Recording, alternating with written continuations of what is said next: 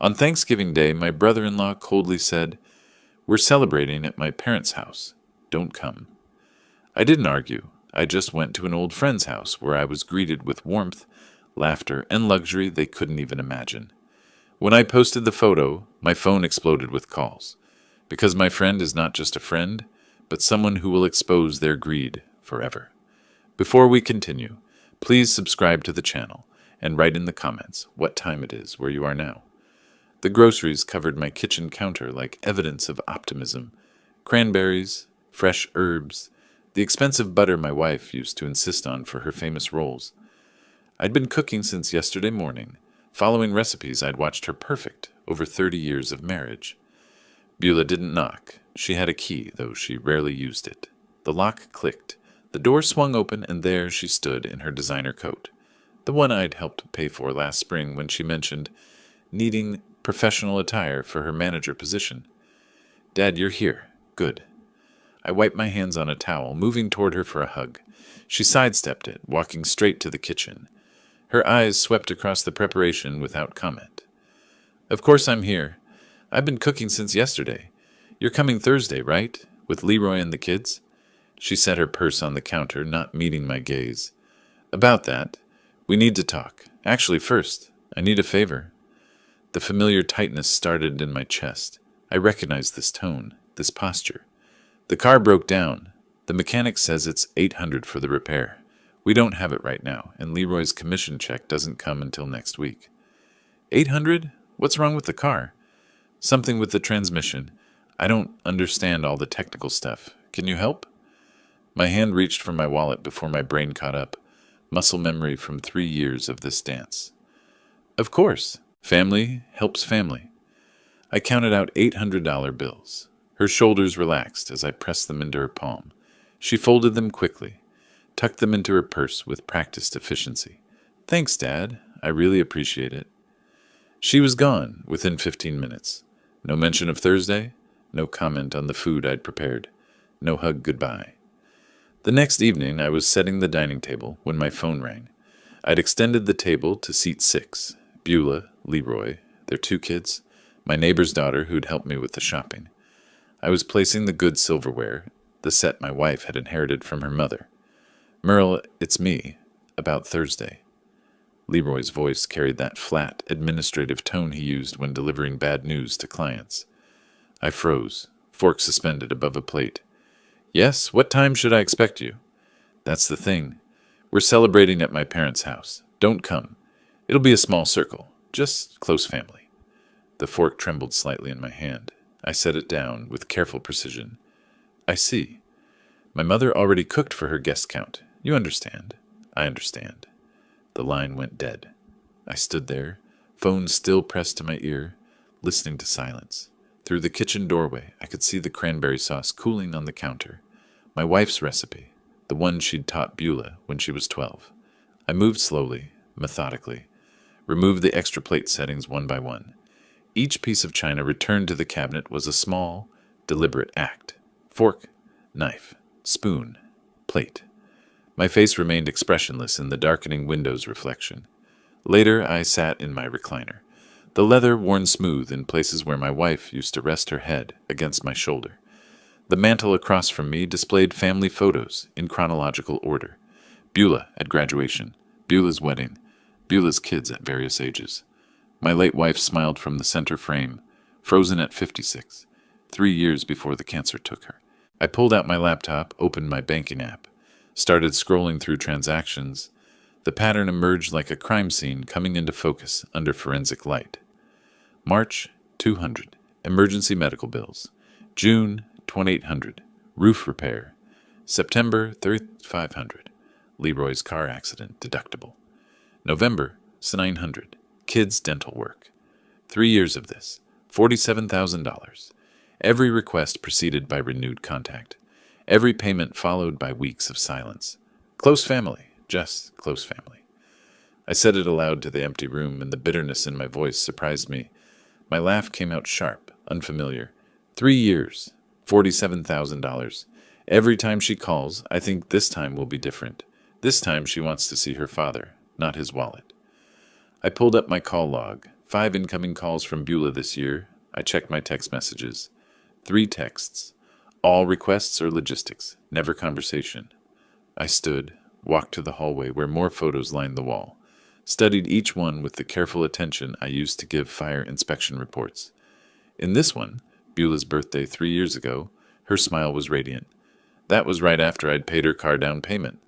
This one from Christmas 2 years ago, taken the week after I'd covered their mortgage payment when Leroy's commission got delayed. In every photo where she looked genuinely happy, there was a recent transaction. In the casual snapshots, family dinners from years ago when my wife was alive, Beulah's expression was different, present, real. I returned to the recliner as midnight approached. The house was too quiet. The food I'd prepared would spoil before I could eat it all. The dining table stood bare in the next room, a monument to rejected hospitality. But something had shifted. The hurt was still there, raw and immediate. Yet underneath it, something harder was forming, something cold and calculating. I'd spent 30 years as a fire captain, analyzing situations, making tactical decisions under pressure. If they only valued money, they needed to understand what they were losing. Not through confrontation. That would only make me look bitter, desperate. No, they needed to see what my life could be without them. What I could do with $47,000 a year when I wasn't pouring it into a bottomless well of ingratitude. The plan wasn't fully formed yet, but as I sat in the darkness, staring at those photos, I felt something I hadn't felt in 3 years. Purpose. Thanksgiving morning found me in the same chair, still wearing yesterday's clothes. I hadn't slept. Dawn crept through the windows, illuminating the dining table in the next room. 6 place settings last night, 0 this morning. The math of abandonment. Coffee went cold in my hand. I'd made it at some point, couldn't remember when. The prepared food sat in the refrigerator, sealed in containers that would never be opened. My wife's cranberry sauce, the herb butter for rolls, all of it pointless now. My phone lay face down on the side table. I'd placed it that way deliberately. Didn't want to see the screen. Didn't want to confirm that Beulah wouldn't call, wouldn't text, wouldn't acknowledge the casual cruelty of yesterday's exclusion. At 9:47, the phone buzzed. I almost let it ring through to voicemail.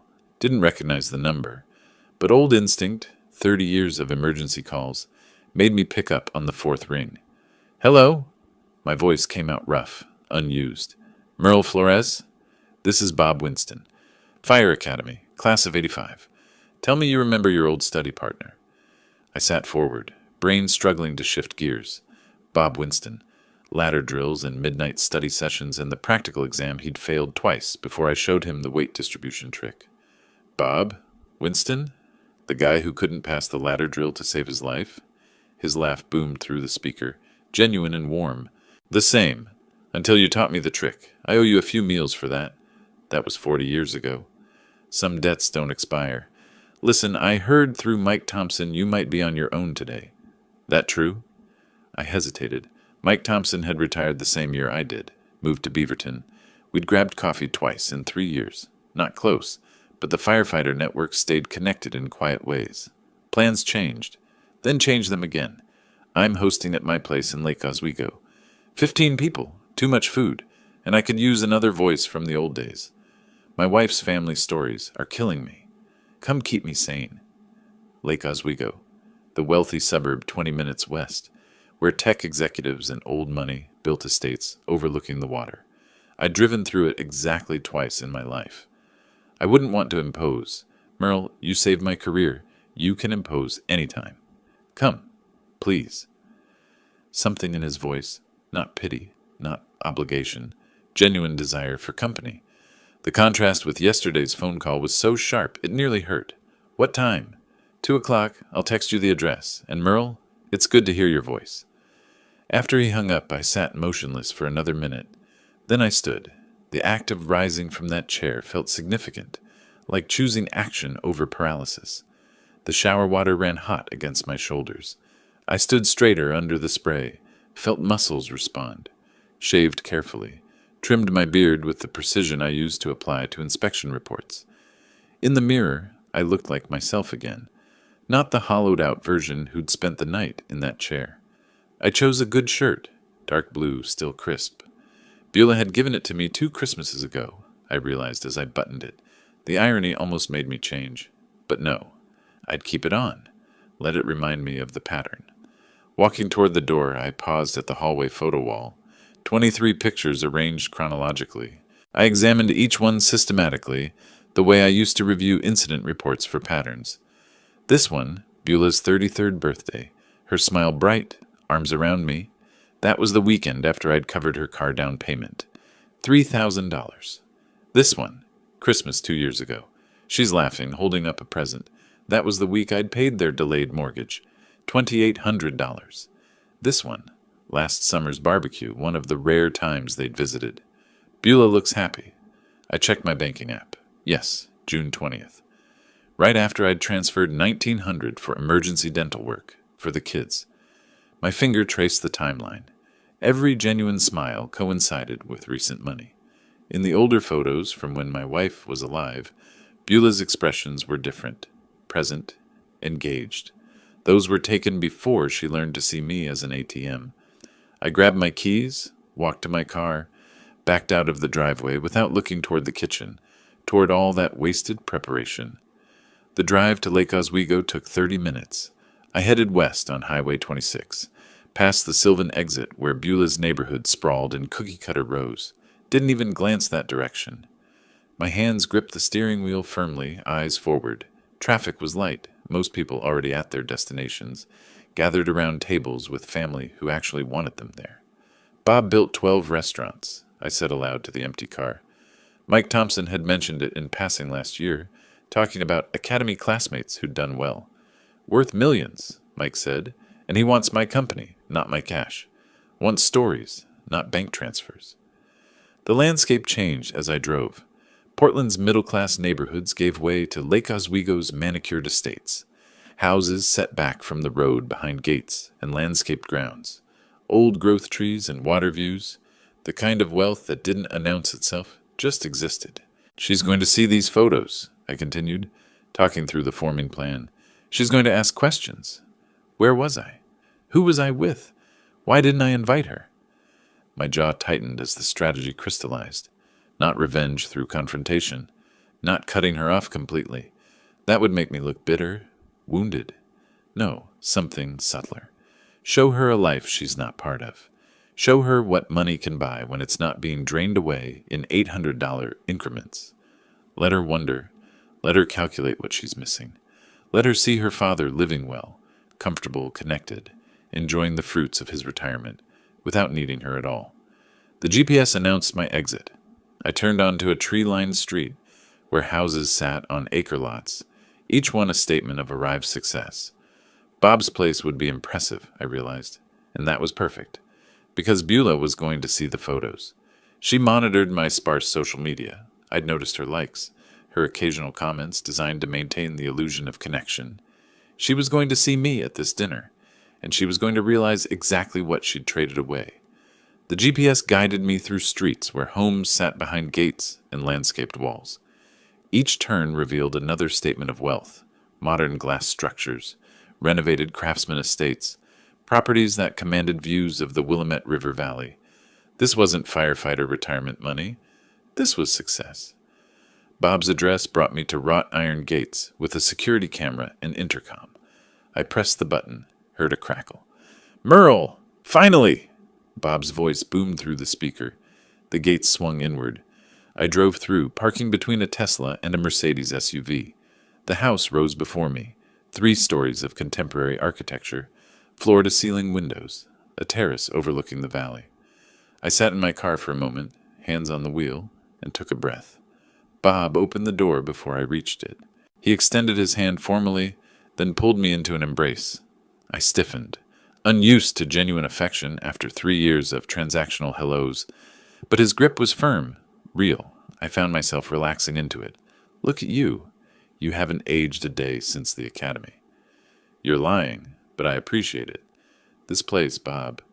The restaurant's paid off. Come in. Sarah's been cooking since yesterday. She's excited to meet the man who saved my career. I just taught you the ladder drill. You taught me not to quit. That's worth more than any drill." Sarah Winston appeared in the foyer, elegant in a simple dress, her smile warm without calculation. She took my hand in both of hers. Bob talks about you constantly. The friend who wouldn't let him fail. Welcome. The house opened around us. Hardwood floors, exposed beams, that massive window wall framing the valley view. 15 people moved through the space. Conversations flowing, wine glasses catching light, children's laughter from somewhere upstairs. This was what Thanksgiving was supposed to feel like. Dinner happened around a long table set with crystal and china. I found myself seated between a woman who ran a tech startup and a man who owned commercial properties. Real conversations emerged, not small talk, not polite noise. 30 years as a fire captain, the businessman said. What was the worst call you ever took? I paused, felt the old weight settle. The ones where we arrived too late. Those stay with you. His wife leaned forward. I can't imagine carrying that. How do you process it? You remember why you did it. The saves matter more than the losses. Eventually, Bob's voice carried down the table. Merle saved more than anyone in our district. 3 commendations. Tell them about the apartment complex fire in '98. I told the story. Bob interjected with details, laughing about how I'd taught him everything. The table listened, actually listened, engaged with the narrative, asked follow-up questions. Nobody checked their phones, nobody glanced at watches. After the meal, Bob led me to the terrace. The Portland skyline glittered miles away, lights spreading across the valley like scattered stars. The November air bit cold but clear. You need a picture, Sarah appeared with her phone. Get together. The city lights are perfect tonight. Merle, humor her. She documents everything. I'm not exactly photogenic these days. Nonsense. You look like a fire captain should. Tough and reliable. Get over here. Bob's arm settled around my shoulders. I stood straight, chin up. Sarah moved around us, finding angles. Perfect, she called. Bob spoke quietly, his voice meant only for me. Thank you for coming today. I meant it when I said I owe you. You don't owe me anything. I owe you everything. That ladder drill day, I was ready to quit. You saw something in me I didn't see in myself. Now look. He gestured at the house, the view, the life he'd built. This exists because you wouldn't let me fail. Home by 9, the quiet wrapped around me differently than it had that morning. I sat in my recliner, pulled out my phone, found the best photo Sarah had taken. Bob and me grinning like academy recruits, the city lights blazing behind us. I opened Facebook, uploaded the image, typed carefully. Thanksgiving with old friends. Thanks, Bob, for reminding me what real family looks like. My finger hovered over post. I read the caption again, thought about Beulah seeing it, about the calculations that would follow. Then I pressed the button. I set the phone face down on the side table, made tea, let it steep while I stared at the dark window, seeing my reflection instead of the street beyond. 20 minutes passed before I picked up the phone again. The screen exploded with notifications. 17 text messages, 3 missed calls, all from Beulah. I scrolled through the messages slowly, watching the progression. Dad? You at someone's house? That place looks expensive. Where is that? Dad, who is Bob Winston? I looked him up. He owns restaurants. Why didn't you tell me you had wealthy friends? This is important. Call me. We need to talk about this. This changes things. I set the phone down, picked up my tea, took a sip. The liquid had gone cold, but I drank it anyway. The phone rang. Beulah. I let it ring 4 times before answering. Finally! Where were you today? I've been trying to reach you. I can see that. 17 messages. That house? Whose house is that? It looks like a mansion. Bob Winston's, an old friend from the fire academy. I looked him up online. He owns 12 restaurants. Dad? Why didn't you tell me you knew people like this? You never asked about my friends. You ask about money. Silence stretched between us. I heard Leroy's voice in the background. Let me talk to him. This is important, Dad. These are connections. I'm going to bed, Beulah. It's been a long day. I hung up, turned off the phone completely. In the darkness, I smiled. I turned the phone back on the next morning. It took 3 minutes for the notifications to load. 23 new messages, 7 missed calls, 4 voicemails, all from Beulah and Leroy. I made coffee first. took my time with breakfast, then scrolled through the accumulation. Beulah's texts had evolved overnight. The early ones maintained a veneer of concern. "Dad, are you okay? Just want to make sure you're safe." By 2 a.m., the mask had slipped. "We should discuss your social circle. These connections could benefit the whole family." At 10:15, my phone rang. "Leroy." I answered on the fourth ring. "Merle, hey, it's me. Saw your post. Interesting place your friend has." "Yes." "So, Bob Winston. Beulah says he's in the restaurant business. Pretty successful, looks like. He works hard. Built everything himself." "That's impressive. You two close, like, do you see him often, or why does that matter, Leroy?" Pause. I could hear him recalculating. "Just wondering. You know, families should know about your social circle, especially when it includes people of significance." "Significance? Financial significance. I mean, 12 restaurants. That's serious wealth. Estate planning territory." There it was, not even subtle. I walked to my window, looked out at my modest street, while Leroy continued talking about family interests and keeping everyone in the loop. "I need to go, Leroy." "Wait, just when can we get together? Coffee? Lunch? We should catch up properly." "I'll let you know." I hung up before he could respond. The pattern continued. Friday, 4 calls, 11 texts. Saturday, 6 calls, 15 texts. Beulah's car in my driveway twice when I returned from errands. I didn't answer the door. Sunday morning brought a new approach. Beulah called at 9 a.m., her voice soft, calculated. "Dad, about Thanksgiving. I feel terrible about the misunderstanding." "What misunderstanding?" "We could have had you over. Leroy's mom had mentioned she might not have enough seating, but she managed. We just thought you'd feel uncomfortable with people you don't know. But I spent Thanksgiving with 15 people I barely knew. I felt wonderful." "That's different." "It is. They wanted me there. They valued my company, not my wallet." Sharp intake of breath. "That's not fair." "Fair? You needed $800 on Tuesday. By Wednesday, I wasn't close enough family for Thursday. Friday, I'm suddenly important again. What changed, Beulah?" "That's not... We care about you." "You care about Bob Winston's net worth? You Googled him before you called to see if I was okay?" "I was concerned." "You were calculating, like you always calculate. Every visit, every call, every text. You're counting what you can extract." Silence. Then her voice turned cold. "You're being cruel." "I'm being honest. For the first time in 3 years, I'm being honest." I ended the call, sat in my recliner, staring at the family photos on the mantel. Same photos I'd studied days ago, seeing the pattern emerge. Now I saw something else, a timeline of my own enabling, my own willingness to be used because I was terrified of losing the only family I had left. But I'd already lost them. That loss happened years ago when my wife died and the buffer between us dissolved. I'd just been too desperate to see it. Monday morning, I sat at my computer, opened a search window, typed, "Estate Planning Attorney, Portland." Reviews appeared. I read carefully, making notes on a legal pad. Patricia Morrison, 15 years experience, specializing in complex estates and will modifications. Her testimonials mentioned protecting assets and ensuring proper inheritance distribution. I dialed her office at 10 a.m. "Morrison Estate Law, how can I help you?" "I need to schedule a consultation regarding estate planning and will modification." "Of course. May I ask what prompted this decision?" "I need to ensure my assets go where they're appreciated." Brief pause. The receptionist's voice warmed with understanding. "I see. We have an opening tomorrow at 2 p.m. Would that work?" "Perfect. I'll bring all relevant financial documents." "Excellent. Ms. Morrison will look forward to meeting you, Mr. Flores, Merle Flores." After hanging up, I pulled out my filing cabinet. Bank statements, investment portfolios, property deeds, insurance policies. Everything organized meticulously.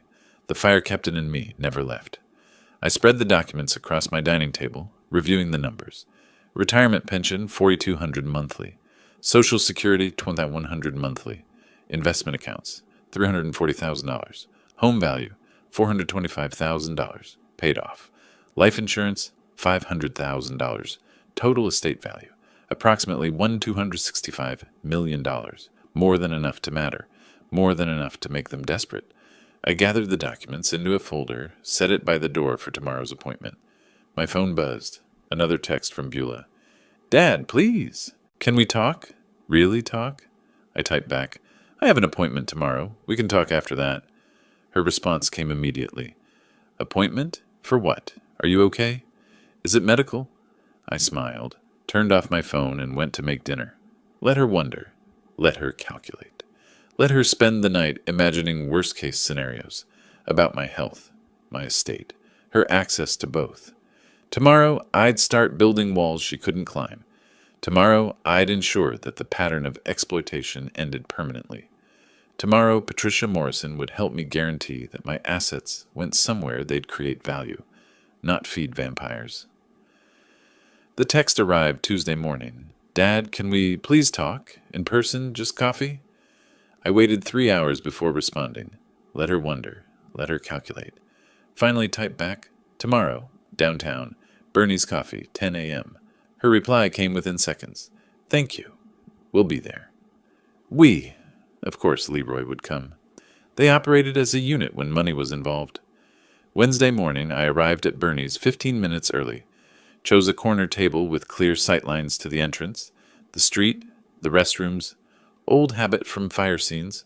Always know your exits. Always maintain awareness. The barista brought my black coffee. I thanked her by name, reading it from her tag. Thanks, Jennifer.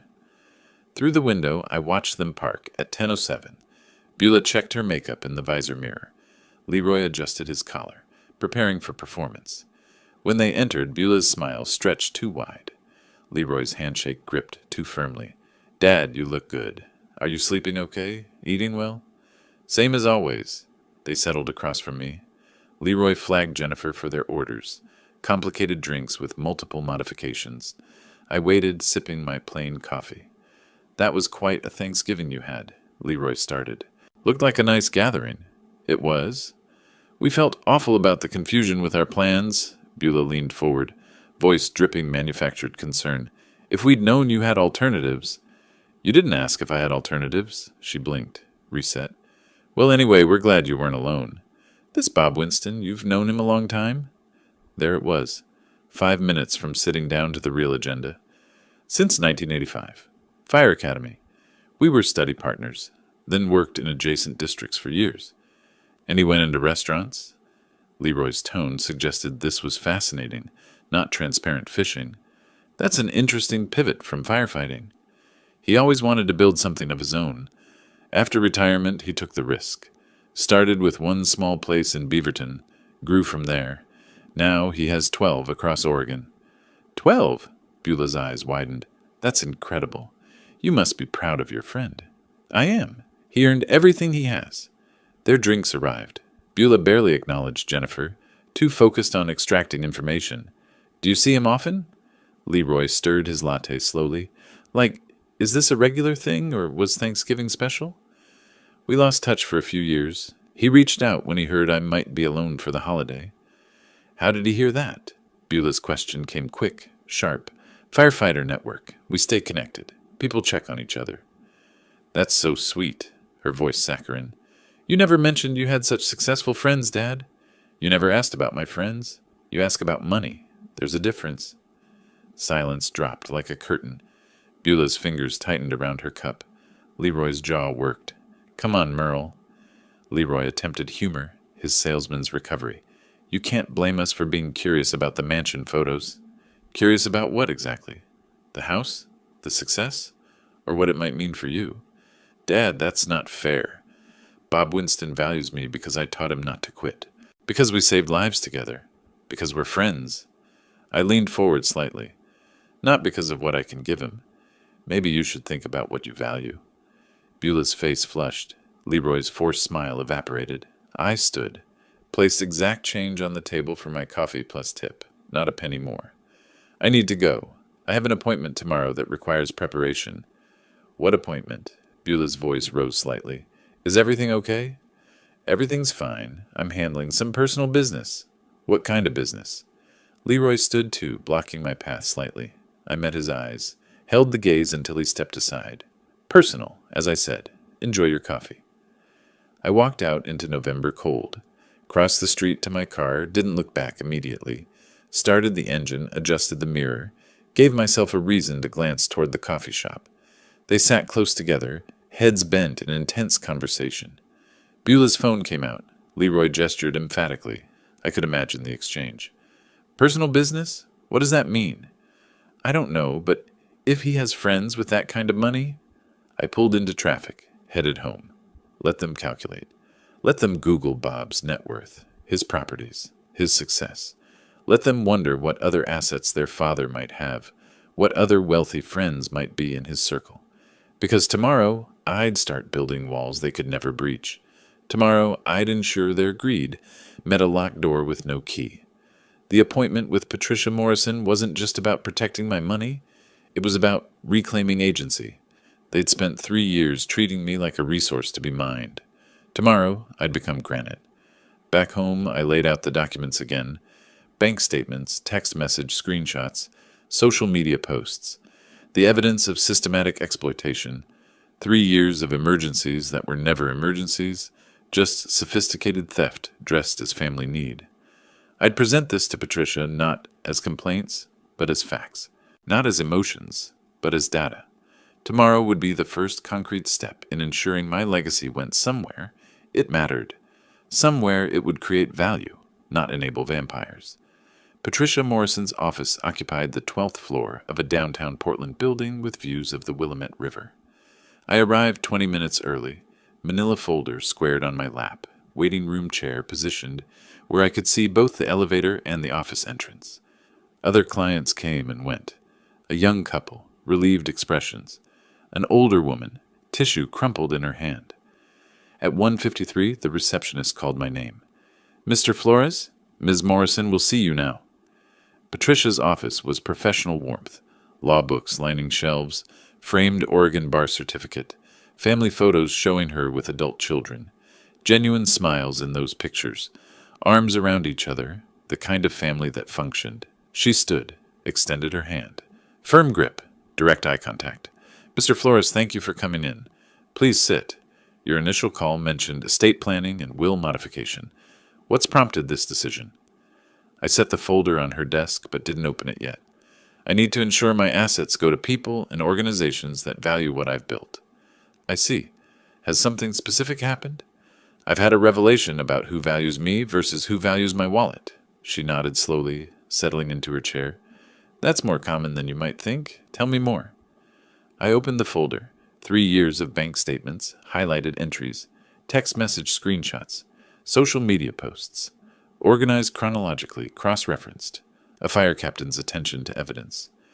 Over 3 years, I've given my daughter $47,000. Each time she claimed an emergency.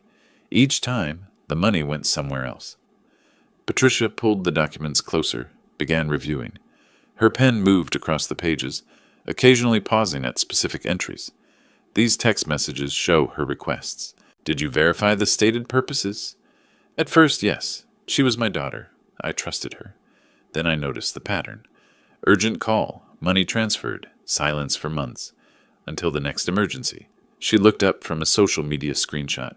And these posts show a vacation in March 2023? 2 weeks after claiming $8,000 in medical bills. I kept my voice level. I'm not a fool, Ms. Morrison. I'm just done being treated like one. Walk me through a few of these. Let's start with the largest single amount. August 2023. She said their roof was failing. Water damage imminent. Contractor needed deposit immediately. $8,600. I wired it that afternoon.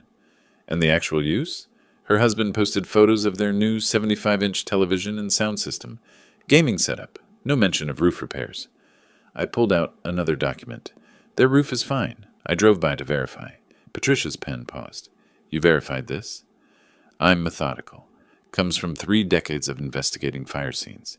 You learn to check evidence, not accept stories. She continued reading, occasionally asking questions. When did contact typically occur? Did she ever repay amounts? What was our relationship like before these requests began? I answered each question directly. The pattern was clear.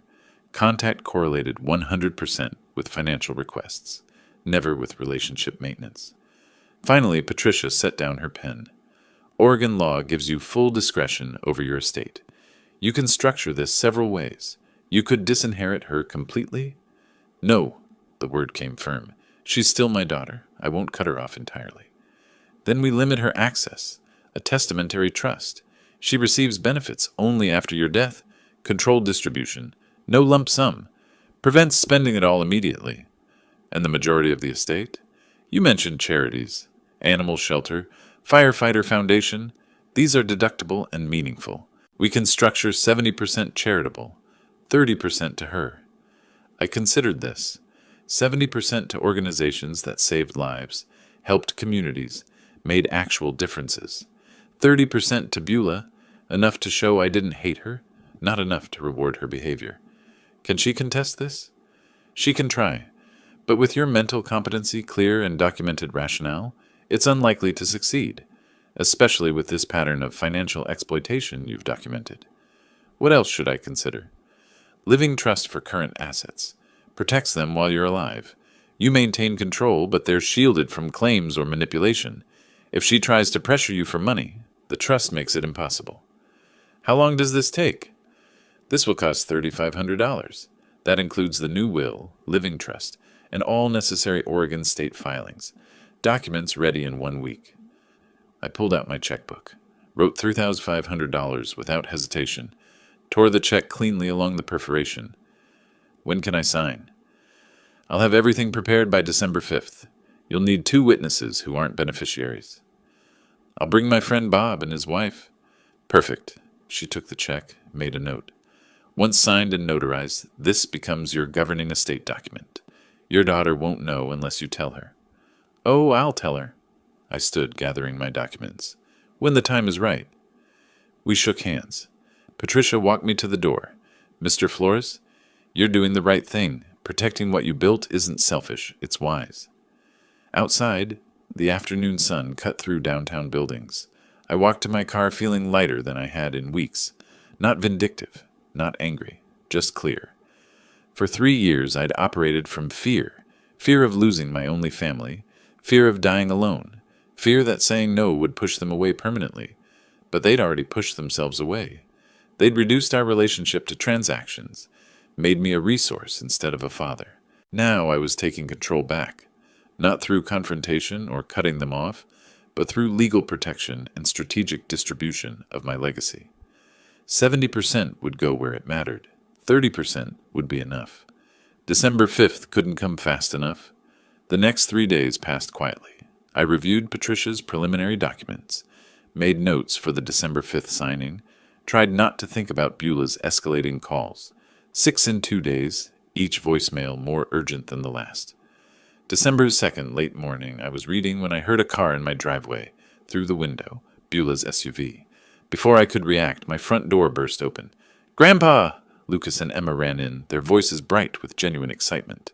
I barely had time to close the folder of legal documents before Emma launched herself into my arms. Behind them, Beulah and Leroy entered more slowly, watching. "We missed you. Mom said we could finally visit." I held Emma close, looked at Lucas, taller than I remembered. "I missed you both so much. Let me look at you. You've grown." "I'm in 1st grade now." Emma squirmed with pride. "I can read chapter books." "Chapter books? You'll have to read me one." Beulah stood near the kitchen doorway, not sitting. "They've been asking about you constantly." I met her eyes over Emma's head. "Then why has it been 4 months?" She didn't answer. Leroy moved to the window, hands in pockets, surveying my living room like an appraiser. For 10 minutes, I forgot everything else. Lucas showed me his school project, a diorama of the solar system carefully constructed. Emma insisted her stuffed rabbit needed my special hug. These moments were pure, uncomplicated. Their love was real. But Beulah and Leroy remained standing, not settling in, not relaxed, waiting. Leroy started casually, voice too smooth. "We've been looking at houses in West Lynn. Great schools, safe neighborhood. Found one we love." I continued helping Lucas adjust a planet that had come loose. "Sounds like you've made a decision." "Almost. Just need to finalize financing. You know how banks are? They want 20% down these days. On a $300,000 house, that's $60,000. My hand stilled on the diorama. That's a significant amount. But worth it for the children's future, don't you think? Beulah's voice had that familiar sweetness, the tone she used when asking for money. Lucas looked up at me, confused by the sudden tension. I kept my face calm for him. West Lynn has the top-rated elementary school in the county. Leroy warmed to his pitch. Lucas would have access to advanced programs. And Emma could walk to school, Beulah added. It's 3 blocks from the house we found. I stood, putting distance between myself and the children. This isn't an emergency. This is a lifestyle upgrade. The kids need space to grow. Our current house is too small. Your current house has 3 bedrooms. It's adequate. Dad, don't you want your grandchildren in a good neighborhood? With good schools? Beulah's voice rose slightly. Dad, we're family. We know you have savings. You've helped us before. I'm not a bank. Emma looked between us, her smile fading. Lucas clutched his diorama protectively. Leroy's casual facade cracked. You're being selfish, Merle. Your friend has millions, and you have enough saved. We know you do. Family helps family. Family. The word came out sharp. Where was my family on Thanksgiving? I sat alone in this house while you celebrated elsewhere. We explained that. You explained nothing. You excluded me. Then you saw photos of Bob's house and suddenly remembered I'm family. That's not fair. We're asking for help for your grandchildren. No, you're using my grandchildren to manipulate me. There's a difference. Emma started crying. The sound cut through me like broken glass. Beulah swept both children toward the door, her face tight with fury. Come on, kids. Grandpa needs time to think about what's important. I know exactly what's important, and I know what isn't. Leroy stepped close, voice dropping to a threat. Don't expect us to keep bringing the kids around if you're going to reject your own family. You mean don't expect you to use them as leverage. Understood. Dad, you're making a mistake. The only mistake was thinking you'd change. Emma twisted in Beulah's arms, reaching for me. Grandpa? Why are we leaving? I couldn't answer. Watched them rush to the car. Emma dropped her stuffed rabbit on the walkway. I picked it up, walked to the car before they pulled away, handed it through the window to her. Our eyes met. She didn't understand. How could she? They drove away. I stood in my driveway, watching until the SUV disappeared around the corner. Inside, the house felt emptier than before. Lucas's diorama sat on my coffee table, one planet still loose. I fixed it carefully, then set the whole thing by the door. Maybe I could return it, maybe not. The rabbit Emma dropped had left a small impression in the carpet where it landed. I stared at that mark for longer than made sense. $60,000, 6 times their largest previous request, and framed as being for the children they'd kept from me for 4 months until they needed something. I picked up my phone, called Patricia's office, left a message. Confirming December 5th appointment. No changes to the plan. Proceed as discussed. Then I sat in my recliner and let myself feel the cost of choosing dignity over manipulation. It was steep, but I'd pay it. That night, I barely slept.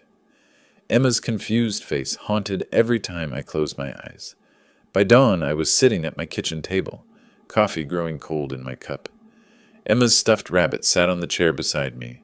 I'd taken it from the car before they left, kept it, maybe as evidence of what they'd done, maybe just because it felt like holding on to something. At 9, I called Bob. Didn't plan what to say, just needed to talk. Merle, everything all right? You sound rough. Had a situation yesterday. Need to get out of my head. Want to talk about it? Not yet. Need to do something useful first. Pause then. Portland Animal Haven. I volunteer there sometimes. Physical work, good people, animals don't care about your problems. His voice warmed. I'll call ahead. Ask for Vivian Clark, best person there. By 10:30, I was parking at Portland Animal Haven on SE Division Street. The building was modest, worn but clean. Dogs barked from somewhere inside. The smell hit as I entered. Animals, cleaning products, kibble.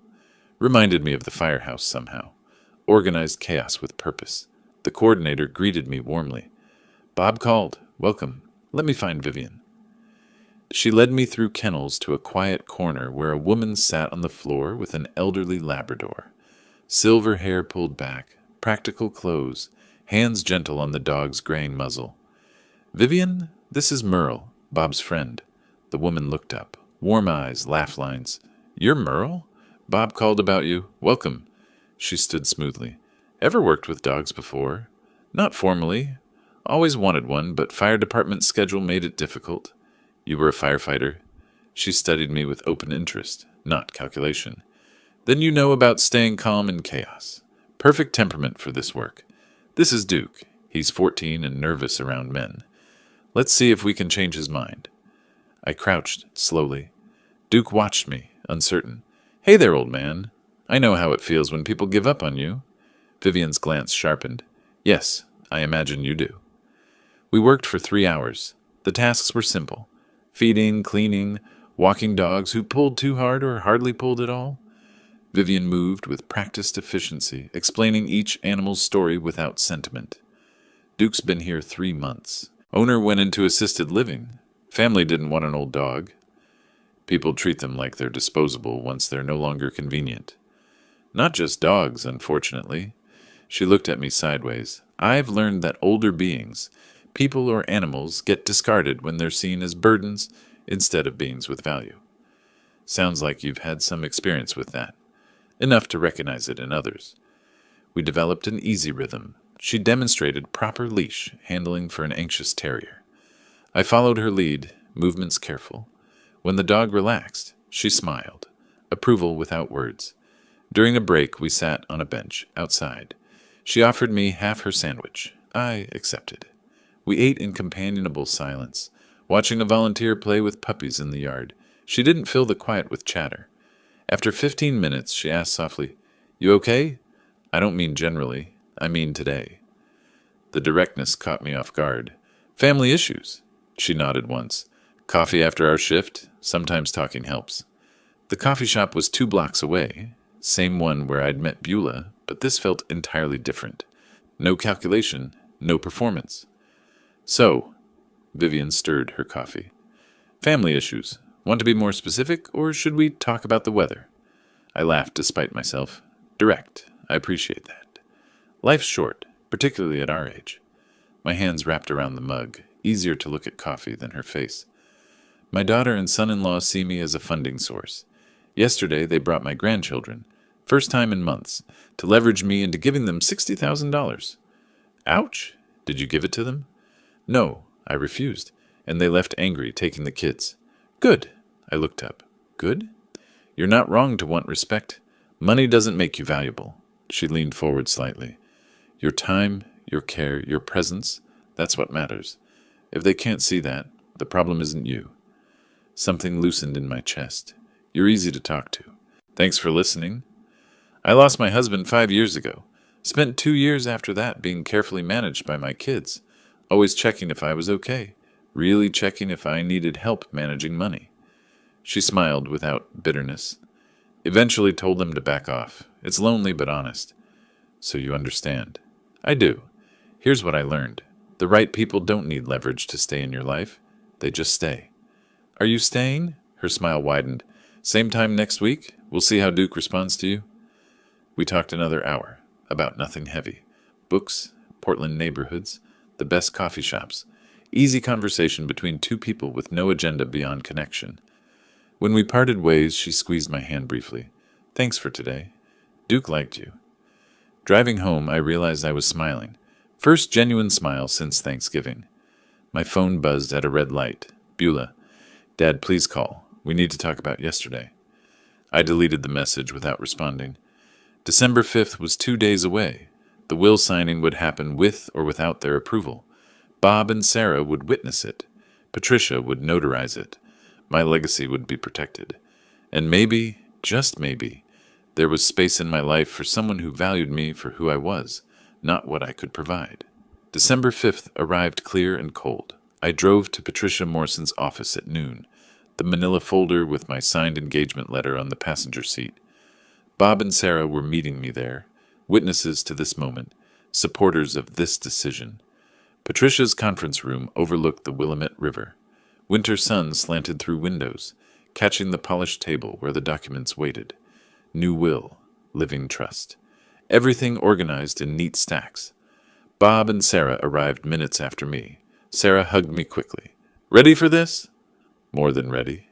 Patricia entered with her notary, spread the documents before me. Mr. Flores, do you understand that this will supersede all previous testamentary documents? I understand completely. And you're making these decisions of your own free will without coercion? This is the first truly free decision I've made regarding my estate in years.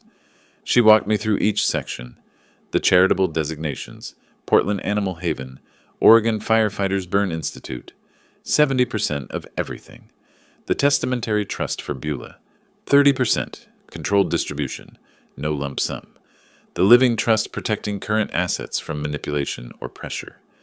I signed each page deliberately, my initials where required. The pen felt good in my hand, solid, purposeful. Each signature was an act of reclamation. The notary stamped each document. The sound satisfied something deep in me. Final, binding, protected. Patricia shook my hand. Your estate is now protected according to your wishes. Bob clasped my shoulder. Proud of you, brother. I'm learning from the best. We stopped for coffee afterward, the three of us. Bob raised his cup. To protecting what matters. I touched my cup to his, then Sarah's. Simple gesture. Profound meaning. How do you feel? Sarah asked gently. I considered. Like I just put out a fire that's been burning for 3 years. That evening I called Beulah. Kept my voice steady, neutral. I need to speak with you and Leroy tomorrow morning. 10 o'clock, my house. It's important. What's this about, Dad? Is everything okay? Everything's fine. I've made some decisions about my estate that you need to know about. Your estate? Dad, what are you talking about? Tomorrow, face to face. It's not a conversation for the phone. She tried pressing. I deflected. Eventually, she agreed. December 6th morning, I arranged the living room deliberately. 2 chairs facing mine, distance established. 2 manila folders on the coffee table, copies of the new estate documents. Coffee made but not offered. They arrived at 10 sharp. Unusual punctuality, suggesting anxiety. Dad. Beulah's smile was uncertain. Leroy nodded, hands in pockets, eyes scanning my living room like he was appraising it. Sit, please. I gestured to the chairs. I've made changes to my will. You need to understand what they mean. I slid the folders across the coffee table. Measured movement, controlled. Open them. Read page 3, section 2. Beulah opened hers first. I watched comprehension dawn. Her hand trembled slightly, turning pages. I've revised my will. The majority of my assets, 70%, will go to charitable organizations upon my death. What? She looked up, eyes wide. Dad, you can't be serious. The remaining 30% is designated for you, Beulah, but you'll receive it only after my death, through a controlled trust. No advances, no loans, no early access. Leroy's face darkened. Merle, this is ridiculous. We're your family. Exactly. You're my family. Yet for 3 years you've treated me like a bank. $47,000 in emergencies that were actually lifestyle upgrades. Dad, this isn't fair. That money should stay in the family. Fair? The word came out sharp. You excluded me from Thanksgiving dinner. Then you saw Bob's house and suddenly I was family again. That's not family. That's calculation. We explained that. You explained nothing. You lied. Bob reminded me what real relationships look like. They're not built on transactions. Leroy leaned forward. Your rich friend's been filling your head with ideas. Bob values me for who I am. Can you say the same? Silence. Heavy. Damning. Leroy stood abruptly. Fine.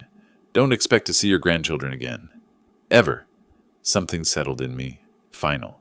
Clear. I'll see them when they're old enough to understand manipulation and choose for themselves. Until then, they're safer not learning your values. Beulah's voice rose.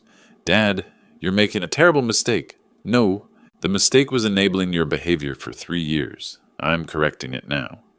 I stood, facing them both. Live your lives. Build your marriage on something other than my money. Or don't. That's your choice. You'll regret this. Leroy's voice dropped to a threat. The only thing I regret is not doing it sooner. They left the folders on the coffee table. Too angry to take them. The door slammed behind them. I didn't move immediately. Listened to their car start, drive away. Watched through the window as the street returned to quiet. Picked up the folders they'd abandoned. filed them carefully in my desk drawer. Done. Not triumph, not victory, just peace. December 8th, I arrived at Portland Animal Haven carrying 2 coffees. Learned Vivian's order. Oat milk latte, no sugar. She was already there, working with Duke. The old lab's tail wagged when he saw me now. You brought coffee. She accepted the cup. Genuine smile. I could get used to this. Consider it payment for putting up with a grumpy retired firefighter. You're not grumpy. Thoughtful, maybe. Quiet, but not grumpy. Give it time. I intend to. We worked side by side for 3 hours. I'd learned which tasks suited me. Lifting feed bags, repairing kennel latches, the physical work my body remembered from firefighting years. Vivian managed the emotional labor, coaxing anxious dogs toward trust.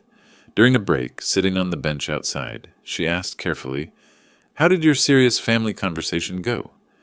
I showed them the new will, told them most of my estate goes to charity. They weren't pleased. I imagine not. How do you feel about it? Lighter, like I've been carrying weight I didn't realize was there. Good weight to shed. The best part? I don't feel guilty. For the first time, I don't feel guilty for protecting myself. She nodded slowly, understanding in her eyes. Walking to our cars after our shift, I stopped. Turned to face her fully, hands in pockets. Nervous habit I thought I'd outgrown. Vivian, I'd like to see you outside the shelter, properly. Dinner, conversation, seeing where this leads, if you're interested. She studied my face, seeing past the words to the vulnerability beneath. I was wondering when you'd ask. I'm out of practice. Might be rusty at this. That makes 2 of us. How about Friday? There's an Italian place on Hawthorne I've been wanting to try. Italian on Hawthorne. Friday at 7? It's a date. December 10th, I retrieved my mail. Among bills and advertisements, a handwritten envelope. Beulah's familiar script. I made coffee before opening it. Needed fortification. The letter was different. No manipulation, no requests. Just raw honesty that made my throat tight. Dad, I've had time to think about everything you said. You were right. I let Leroy convince me you owed us. That family meant automatic access to your money. I forgot you were my father, not my funding source. I'm sorry. No conditions. Just sorry. If you're willing, I'd like to try rebuilding our relationship without money between us. I understand if you're not ready. I'll wait. Love, Beulah. I read it twice, then picked up my phone. I got your letter? Her voice shook. Dad, I didn't know if you'd call. I almost didn't, but I read it twice. You took responsibility. That's new. I've had time to think about what you said, about how I've treated you. You were right. I'm willing to try rebuilding, but on new terms. Respect, not obligation. Relationship, not transaction. Yes, whatever it takes. I want my father back, not my bank, my father. Then let's start there. Small steps. Coffee next week? I'd like that. Her voice caught. Thank you for giving me another chance. After we hung up, I sat with the letter for a long moment. Hope and caution balanced carefully. She'd have to prove the change was real, but I was willing to let her try. That evening, Bob called. Christmas dinner at our place, December 25th. Bring Vivian. Sarah wants to meet her. You sure? Merle, you're family, the kind that matters. And if Vivian makes you smile like you did at Thanksgiving, she's family too. Friday came. Dinner with Vivian at the Italian place. Checked tablecloths, good wine, easy conversation. We talked about books, Portland neighborhoods, our adult children's complicated lives, laughed at shared observations about aging, about starting over at 60-something. She told me about her late husband. I told her about my wife. We spoke of them with love, without dwelling. They'd want us to move forward. Walking her to her car, I asked, would you come to Christmas dinner at Bob's house? Meeting the friends already, but her eyes were warm. They're good people. I'd like you to know them. Then yes, I'd like that. The shelter approved my application to adopt Duke. December 15th, I brought him home. 13-year-old dog nobody else wanted. He settled into my house like he'd always belonged there. December 8th evening, that night after asking Vivian to dinner, we'd sat on my back porch. She'd come over after the shelter for coffee. Duke lay between us, content. Winter sunset painted the sky orange, then purple, over Portland's skyline. City lights began appearing as daylight faded. I spent weeks thinking I was getting revenge, I said quietly. What was it then? Remembering my worth. I thought, if I gave enough, did enough, I'd earn their love. But it doesn't work that way. No, it doesn't.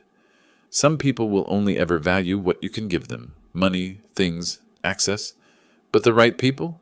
They pay with something better. Attention, presence, time. She squeezed my hand. And which kind am I? I looked at her, silver hair catching the last light, warm eyes meeting mine without calculation or agenda. The right kind. Definitely the right kind. Duke's head rested on my foot. Vivian's shoulder touched mine. The December cold bit gently, but I felt warm. This wasn't the ending I'd imagined when Leroy's call excluded me from Thanksgiving, but it was better than anything I could have planned. Not revenge, not triumph, just peace. And the knowledge that I'd finally learned the difference between being used and being valued. The right people pay with attention, and I'd found my people at last. If you like this story, please like this video, subscribe to the channel, and share your impressions of this story in the comments. To listen to the next story, click on the box on the left. Thank you for watching.